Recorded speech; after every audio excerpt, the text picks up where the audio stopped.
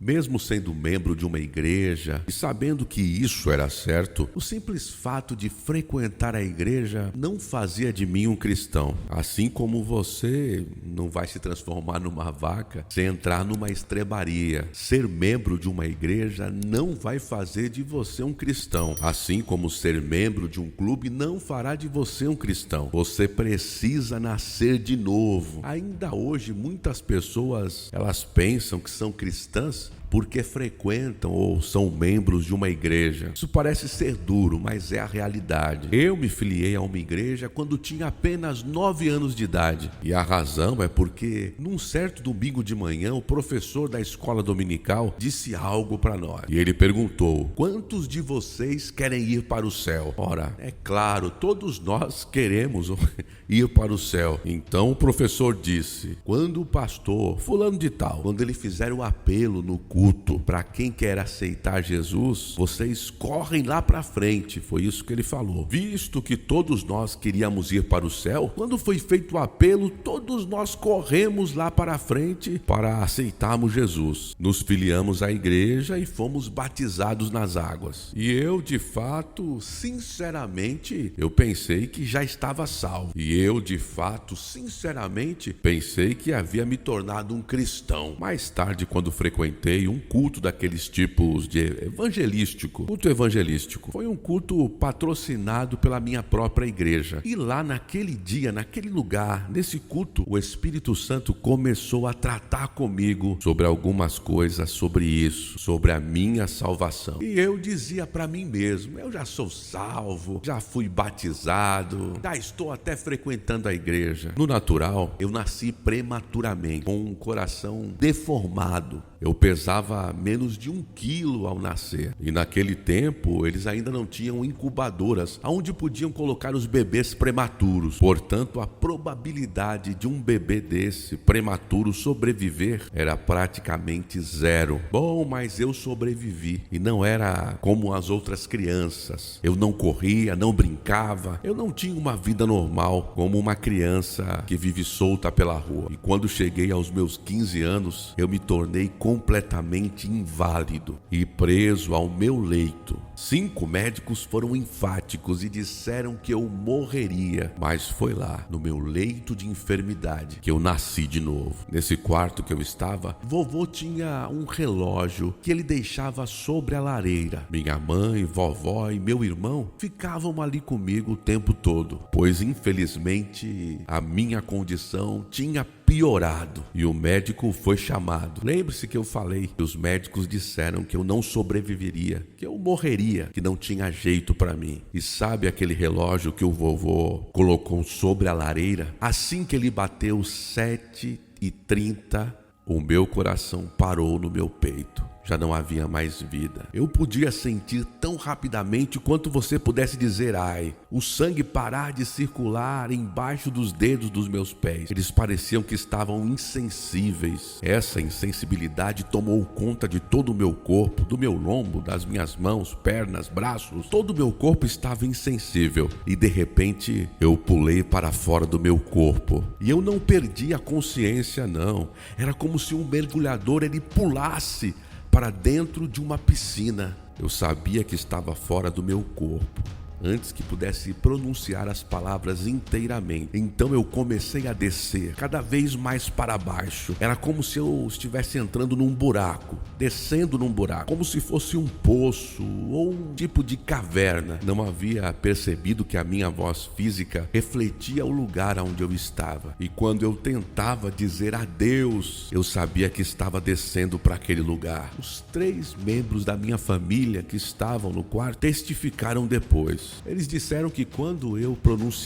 disse adeus, parecia que a minha voz ela estava saindo de um fundo de uma caverna, alguma coisa assim. E eu continuei a descer. Descia de pés primeiro, para baixo, cada vez mais para baixo e para baixo eu descia. E eu podia olhar para cima e eu conseguia ver as luzes da terra, mas elas aos poucos foram diminuindo e se apagando completamente. A escuridão me envolveu. envolveu completamente. Trevas tão negras como nenhum homem já viu estavam me envolvendo. A impressão que eu tinha é que se eu tivesse uma faca, eu conseguiria cortar aquela escuridão, aquelas trevas, fatiá-las. De tão densa que era. Eu não conseguia ver a minha mão se ela estivesse 3 centímetros diante do meu nariz. E quanto mais eu descia, mais escuro ficava. Era impressionante, tamanhas trevas. E tanto mais quente também. Até que finalmente, lá bem para baixo de mim, eu comecei a perceber uns dedinhos de luz sobre a parede da escuridão. E quando eu cheguei ao fundo do abismo, eu vi o que tinha causado aqueles dedos de luz brincando ali na escuridão. Lá à minha frente, além dos portões e entradas para o inferno, eu vi gigantescas e grandes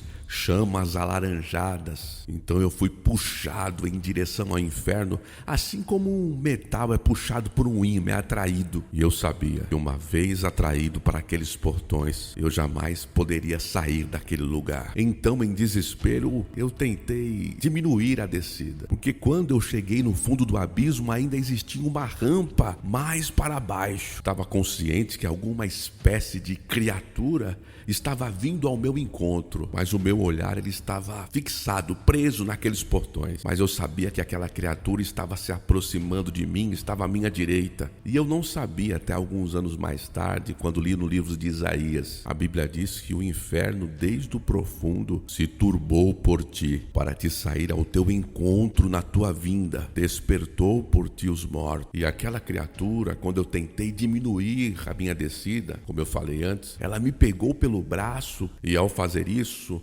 uma voz bem acima das trevas, lá da escuridão, bradou em alta voz. Parecia uma voz masculina, mas na verdade eu não sei o que ela disse. Eu até hoje não sei se foi Deus, se foi Jesus, se foi um anjo. Só sei que essa voz falava em uma língua que eu não entendia, uma língua estrangeira talvez. E aquele lugar de repente estremeceu com essa voz, com as poucas palavras que ele falou, ou que ele bradou. E aquela criatura automaticamente tirou a mão do meu braço. Havia um poder como de sucção nas minhas costas, me puxando, e eu fui puxado de volta, e eu flutuei para longe do inferno, até que eu fiquei em pé na entrada, até que eu fiquei em pés nas sombras. Então, como uma sucção, eu flutuei para cima, indo de cabeça primeiro, através da escuridão. Antes de eu chegar lá em cima, eu já podia observar a luz. Eu havia descido num buraco. Parecia quando se desce ao fundo do poço e quando você olha para cima, você consegue observar a luz. E eu fui parar no terraço da casa da minha avó. Nós naquela época morávamos numa daquelas casas bem antigas, com aqueles terraços ao redor. E eu subi do lado sul da casa e eu podia ver a cadeira de balanço da minha avó. Podia ver as árvores gigantes lá dos jardins, os cedros que tinham naquela época. E eu fiquei em pé no terraço, só por um segundo. Depois eu atravessei a parede. Eu não passei pela porta e nem por uma janela. Eu simplesmente atravessei a parede e parecia pular para dentro do meu corpo. Para você ter uma ideia, é como se um homem colocando uma bota nos pés de uma forma bem suave. Foi assim, dessa forma. Mas antes de pular para dentro do meu corpo, eu podia ver a minha avó